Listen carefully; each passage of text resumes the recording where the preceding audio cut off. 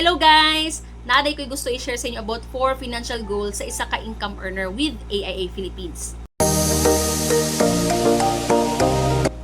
Usa na dito ang ginatawag na life insurance. In kaso mawala sa kalibutan ang isa ka income earner na agyoy mabilin nga kantidad sa iyang mga mahal sa buhay, sa iyang asawa, sa iyang mga anak diri sa kalibutan. Kaya nasayod ta nga ang kamatayon na ipinaagi sa sakit, aksidente ug natural death. At the same time, ang life insurance ginatawag usab na to as income replacement nga in kaso may time pa na makapag-adjust ang iyang mga mahal sa buhay kung unsay naandan nga kinabuhi kung panahon nga buhi pa ang income earner. Katuha, naputay ginatawag na health insurance.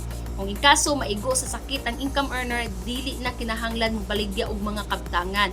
Magkakaroon siya og peace of mind or kalinaw o makafocus sa iyang kaugalingon nga paano niya mas mapaayo iyang kaugalingon.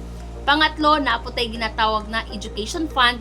Kung ang income earner na ay mga anak, dili na magunaw na sa future in terms of magkolehiyo ang iyang mga anak na anay ika-andam, ika-plastar sa iyang mga anak. Pang-apat, naapotay ginatawag na retirement fund. Kabalo man gyud ta nga dili sa tanang panahon sige tag panarbaho, dili sa tanang panahon parehas ang atong kusog karon ug hangtod sa sumusunod na mga panahon.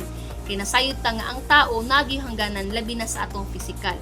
Labi na karon, kinahanglan dili na to mahimong retirement ang atong mga anak maabot sa panahon nga manigulang ta. Mas maayo na nga natay kaugalingong pundo aron kita tinuod ang atong maangkon nga kalipay. Busa daghang salamat sa pagtanaw sa akong video. God bless us all.